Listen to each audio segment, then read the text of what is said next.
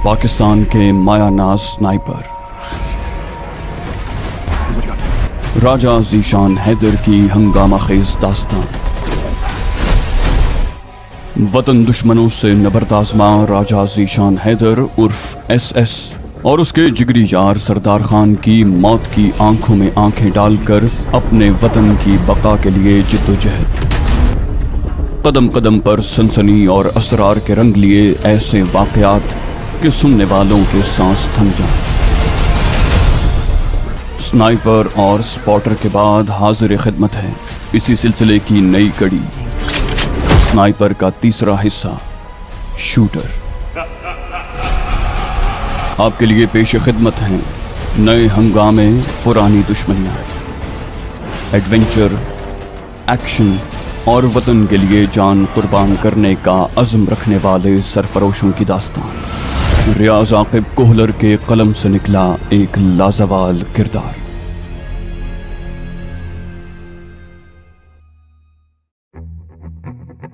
मुझे कहाँ जाना होगा? बिलाखिर मैंने दिनेश राम से पूछ लिया। उसने कहा बंसी तुम्हें एक मकान तक पहुंचा देगा। कोशिश करना एक हफ्ता घर में ही गुजारना। जाने से 2 दिन पहले तुम्हें जरूरी हिदायत मिल जाएंगी। उसके बाद तुम अपनी राइफल लाने जा सकते हो, उससे पहले नहीं। अपना मोबाइल फोन बंसी को दे देना, वो तुम्हें नया मोबाइल फोन दे देगा। और यहाँ से रुखसत होने के बाद भूल जाना कि तुम कभी इस मंदिर में आए थे। अगर हमारी जरूरत पड़े, वो भी इतनी शदीद कि तुम मरने वाले हो जाओ, तब भी यहाँ न आना। बंसी या मुझसे राब्ते की कोशिश न करना। अलबत्ता मेरा या बंसी का बुलावा आता है तो मुज़ायका नहीं। मैंने कहा और अगर कुछ पूछना हो तो? वो सख्ती से बोला तुम शायद सुन नहीं रहे। मैंने कहा है अगर हमसे राब्ता करने पर तुम्हारी मौत टल सकती है तो मर जाना, मगर खुद से राब्ता न करना। मैंने हंसते हुए कहा ऐसा तो नाफरमान औलाद को कहा जाता है। उसने खुशमकी नजरों से मुझे घूरा और फिर नाक से गहरा सांस खींचते हुए कहा नाफरमान हो तो वाहियात इस्तफसार कर रहे हो ना? मैंने खफीफ अंदाज में कहा क्षमा चाहता हूँ महाराज, बेफिक्र रहें, इन हिदायत पर अमल करने की पूरी कोशिश करूंगा। वो सख्त लहजे में बोला कोशिश तब की जाती है जब तुम्हारे पास इंतखाब की सहूलत मौजूद हो। बरखुरदार, मैंने ऐसी कोई गुंजाइश नहीं छोड़ी। मैंने सादतमंदी से सर हिला दिया, कहा जी महाराज। चंद और अहकामात मेरी समातों में धकेल कर उसने अलविदाई मुआनिका करते हुए मुझे जाने की इजाजत दे दी। बंसीलाल सुरंग में मेरा मुंतजिर था। वीर जी, लंबी गपशप हो रही थी। मैंने बेचारगी जाहिर की, कहा गपशप कहाँ थी भाई, लंबी चौड़ी हिदायत मेरे कानों में ठूसी जा रही थी। वो मुतबस्सम हुआ, बोला वो तो मेरे पास काफी से ज्यादा हैं। मैंने कहा फरमाएं। वो सीढ़ियों की तरफ बढ़ते हुए बोला यहाँ नहीं। सीढ़ियां चढ़ते हुए हम काठ कबाड़ वाले कमरे में पहुंचे। बंसी ने बाहर झांक कर एहतियाती तदबीर पर अमल किया और मुझे साथ आने का इशारा करते हुए बाहर निकल गया। थोड़ी देर के बाद हम उसके कमरे में थे। फिलहाल आराम करो, तुलुए आफताब से पहले निकलेंगे। मुझे हिदायत देता हुआ वो निकल गया। सुबह मैं बगैर नाश्ता किए बंसी लाल की मायत में चल पड़ा। हस्बे साबिक हम मंदिर से रक्शे में बैठकर निकले थे। बंसी के इशारे पर एक चौक में उतर गए। मुख्तलिफ गलियों से गुजारते हुए वो मुझे एक क्वार्टर नुमा मकान में ले आया। थोड़ी देर मेरे साथ बैठकर उसने लंबी चौड़ी हिदायत दी और फिर अलविदाई मुआनिका करके वापस हो गया। मैं दोबारा अकेला रह गया था और हिदायत के मुताबिक किसी से राब्ता नहीं कर सकता था। खैर ये इतना मुश्किल भी नहीं था। यूं भी हमारा ताल्लुक काम की हद तक ही था। कोई जज्बाती वाबस्तगी नहीं थी कि कुछ खास महसूस होता। अगले 4 दिन मैंने वहीं गुजारे। बस खाने के औकात में खोली से निकलता था, बकाया वक्त टीवी के सामने गुजरता। श्रीनाथ के भक्त काफी तपे हुए थे और कातिल को सरगर्मी से तलाश कर रहे थे, मगर उनके हाथ कोई सुराग न लगा था जिसकी बुनियाद पर अपनी तलाश को किसी किनारे लगा सकते। अजीब बात यह थी कि खबरों में न तो किसी पाकिस्तानी जासूस का जिक्र किया गया था और न बतौर स्नाइपर मेरा जिक्र था। यहाँ तक कि मोहन भिमानी और उसके चेलों के बारे में भी ये वजाहत नहीं की जा रही थी कि उनका कातिल कोई एक ही शख्स था। 1-2 गैर मारूफ चैनलों ने श्रीनाथ की मौत का सबब किसी शातिर और माहिर स्नाइपर को ठहराया था। तज्जिया निगार का कहना यही था कि मुहाफिजों के घेरे में मौजूद श्रीनाथ के सर में गोली मारने वाला कोई आम शख्स नहीं हो सकता। उसने दुश्मनी की वजह श्रीनाथ का 1-2 माह पहले दिए हुए बयान को ठहराया था, जिसमें श्रीनाथ पाकिस्तान को दहशतगर्द मुल्क करार देकर भारत सरकार को उसके खिलाफ जंग करने का मशवरा दे रहा था। उसके तईं श्रीनाथ महाराज के बयान में एक असर था और अगर वो उसी तरह भारत सरकार पर जोर देता रहता तो जल्द ही भारत ने पाकिस्तान पर चढ़ाई कर देना थी। बस इस खतरे से बचने के लिए पाकिस्तान ने अपना खुसूसी स्नाइपर भेजा जिसने महाराज श्रीनाथ की हत्या कर दी। पाकिस्तानी स्नाइपर के जिक्र के साथ उसे कुछ अरसा पहले हुए धीरेंद्र शुक्ला और अभी 2-3 माह पहले हुए विघ्नेश शुक्ला का कत्ल भी इसी सिलसिले की एक कड़ी लगा। गो उसने साबिका कड़ियों को हालिया कत्ल के साथ मिलाने की भौंडी कोशिश की थी, मगर इत्तेफाक ये था कि उसका अंदाजा दुरुस्त था। 1-2 रोज तो श्रीनाथ का कत्ल खबरों की सुर्खी बना रहा, मगर जल्द ही उसकी जगह कई ब्रेकिंग न्यूज ने ले ली।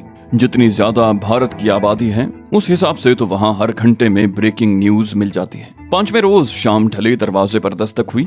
मैं होल्स्टर में पिस्तौल की मौजूदगी की तस्दीक करके दरवाजे की तरफ बढ़ गया, लेकिन इससे पहले के दरवाजे तक पहुंचता धप की हल्की सी आवाज के साथ कोई चीज सहन में आ गिरी थी। बरामदे में जलते बल्ब की रोशनी सहन तक पहुंच रही थी। मैंने करीब होकर लिफाफा उठा लिया। यकीनन दिनेश राम ने सफर का बंदोबस्त कर दिया था। कमरे में आकर मैंने दरवाजा कुंडी कर दिया और लिफाफा खोलकर देखने लगा। उसमें सरहद पार करने की तफसील बताई गई थी। मुझे बाड़मेर के रास्ते इंडिया की सरहद उबूर करना थी और ये सफर तीसरे रोज सुबह सवेरे शुरू होना था। बाड़मेर इंडिया का सरहदी शहर है, काफी बड़ा शहर है और रेगिस्तानी इलाका है। उसकी सरहदें 3 अतराफ में जोधपुर, पाली और सरोही से मिलती हैं, जबकि मगरबी जानिब पाकिस्तान का सहरा शुरू हो जाता है और मुझे सहरा ही पार करना था। कुछ सफर पैदल, कुछ सवार होकर। मुझे सरहद पार करवाने वाले रहनुमा से मुझे बाड़मेर जाकर मुलाकात करना थी। मुलाकात का तरीकाकार और जगह की वजाहत कर दी गई थी। तफसीलात को 2-3 बार पढ़कर मैंने जहन नशीन किया और कागजात को जला दिया, क्योंकि उसके बारे में यही हिदायत मिली थी। जाने से 1 रोज पहले मैंने देवगढ़ का रास्ता नापा। बज़ाहिर वहाँ हालात बिल्कुल ठीक थे। जब सरकारी तौर पर कोई खास सरगर्मी नजर नहीं आ रही थी तो श्रीनाथ के चेले चांटों में इतनी हिम्मत मफकूद थी कि जाती तौर पर सरगर्मियां दिखाते। श्रीनाथ और मोहन भिमानी की हलाकत के बाद उसके आदमियों में कोई ऐसा तगड़ा शख्स मौजूद नहीं था जो श्रीनाथ की सल्तनत को संभाल सकता। घंटों में ही सारी तंजीम धड़ाम से जमीन बोस हो गई थी। जिसका जितना जोर था उतने हिस्से पर वो काबिज हो गया। मेरे पास चूंकि अपनी सवारी मौजूद नहीं थी, इसलिए मैं अवामी बस में वहां पहुंचा था। मतलूबा पहाड़ी की तरफ जाते हुए मुझे कोई मशकूक शख्स नजर नहीं आया था जो निगरानी करता नजर आता। बज़ाहिर बेपरवाही से, मगर असल में निहायत मोहतात और चौकन्ने रहकर SR1 की जगह तक पहुंचना था। झाड़ियां हटाने पर कोह के मुंह पर रखे पत्थर सलामत नजर आए। दाएं बाएं नजरें दौड़ाकर मैंने एक बार फिर तसल्ली की और जल्दी से पत्थरों को खो के दहाने से हटा दिया। अकब में बैग मौजूद था। बैग उठाकर मैंने हल्का सा झाड़ा और कंधों में डालकर वापसी की राह ली। शाम तक मैं जोधपुर पहुंच गया था। रात अपने ठिकाने पर गुजार कर मैं अगले दिन नाश्ते के बाद बाड़मेर जाने को तैयार हो गया। दिनेश राम ने अखराजात के लिए रकम की पेशकश की थी, मगर मेरे पास अच्छे खासे पैसे मौजूद थे, इसलिए मैंने खुश दिली से मना कर दिया। जोधपुर से बाड़मेर तक करीबन 200 किलोमीटर फासला बनता है। आरामदे बस में ये फासला 2.5-3 घंटों में आराम से तय हो गया था। अपने रहनुमा से मेरी मुलाकात अगले दिन तय थी, इसलिए मैंने पहले किसी रिहाइश की तलाश जरूरी समझी। बस अड्डे से मैं पैदल ही निकल आया था। सड़क किनारे एक होटल देखकर मैं उधर मुड़ गया। वो बिल्कुल ऐसा ही होटल था जैसा उमूमन सड़क किनारे बने होते हैं, बगैर 4 दीवारी के सहन जिसमें ग्राहकों के बैठने के लिए प्लास्टिक की कुर्सियां, लकड़ी और लोहे के बेंच और चारपाइयां रखी हुई थी। लकड़ी की मेजें भी काफी तादाद में थीं, जिन पर जग और ग्लास रखे हुए थे। दाएं जानिब 2 ट्रक, 3 कारें और चंद मोटरसाइकिलें खड़ी थीं। होटल की असल इमारत तवील बरामदे और हॉल नुमा कमरे पर मुश्तमिल थी। बरामदे ही में एक जानिब बावर्ची खाना बना हुआ था, जहां तंदूर पर ताज़ा रोटियां लगाई जा रही थीं। और सच कहूं तो इन्हीं गरम गरम रोटियों ने मुझे उस तरफ मुतवज्जे किया था। लोगों के सामने 3-4 किस्म के पकवान नजर आ रहे थे, लेकिन मुझे जिसने लुभाया था वो आलू मटर गाजर का सालन था, जिसमें चिकन की छोटी छोटी बोटियां शामिल थीं। SR1 का बैग पहलू में रखकर मैंने एक चारपाई पर नशिस्त संभाली। इसी असना में चिराग के जिन की तरह बैरा नमूदार हुआ। अपनी पसंद बताकर मैं दाएं बाएं का जायजा लेने लगा।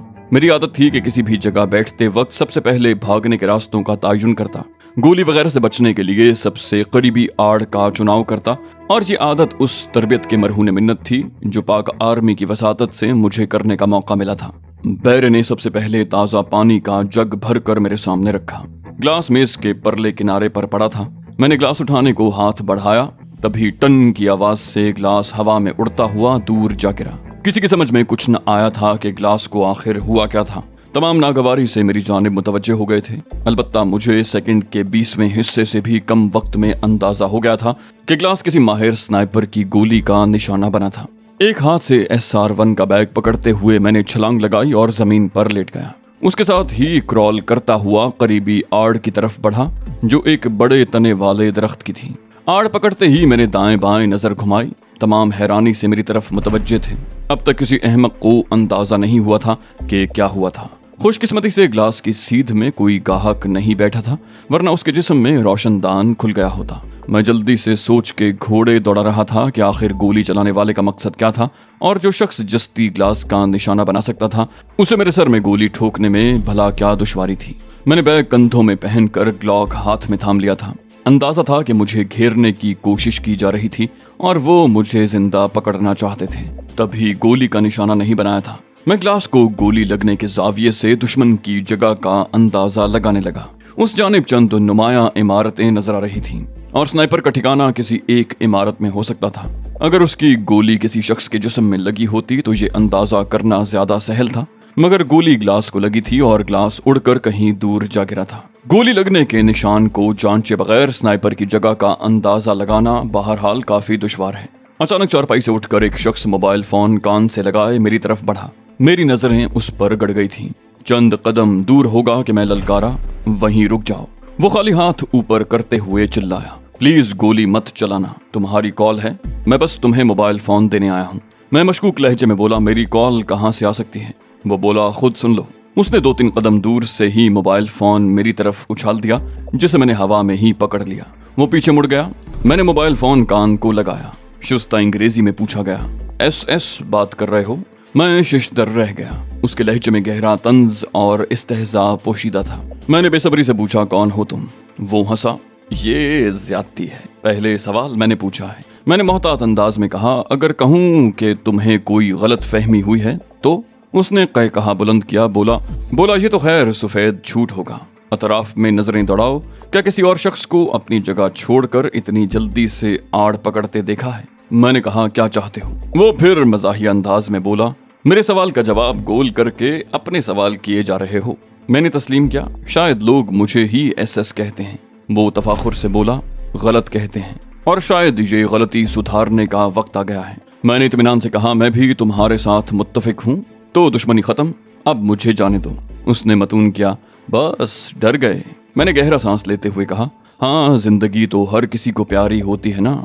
उसने इस्तेहज़ाई अंदाज में पूछा, कभी ट्रिगर दबाते वक्त तुमने भी ये सोचा कि तुम्हारे टारगेट को अपनी जिंदगी कितनी प्यारी हो सकती है? मैंने हंसते हुए कहा, तो तुम्हें भी वही करना चाहिए था जो मैं करता हूँ, ग्लास की बजाय मेरी खोपड़ी में गोली ठोकते।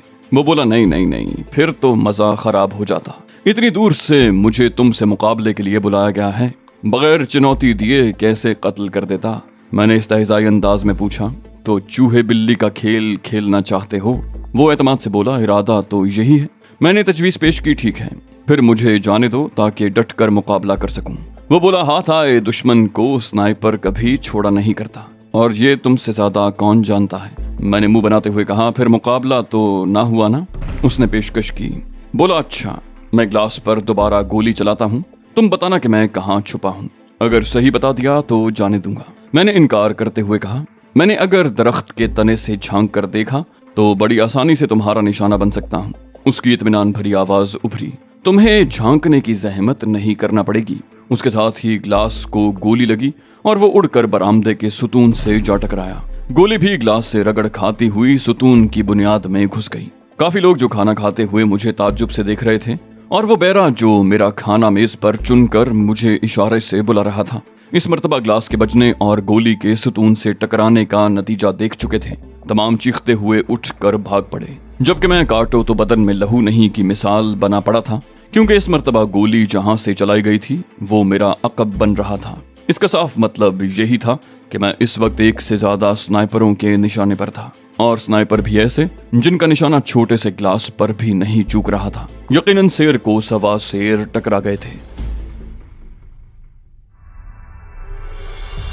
तो दोस्तों, ये थी हमारी आज की एपिसोड।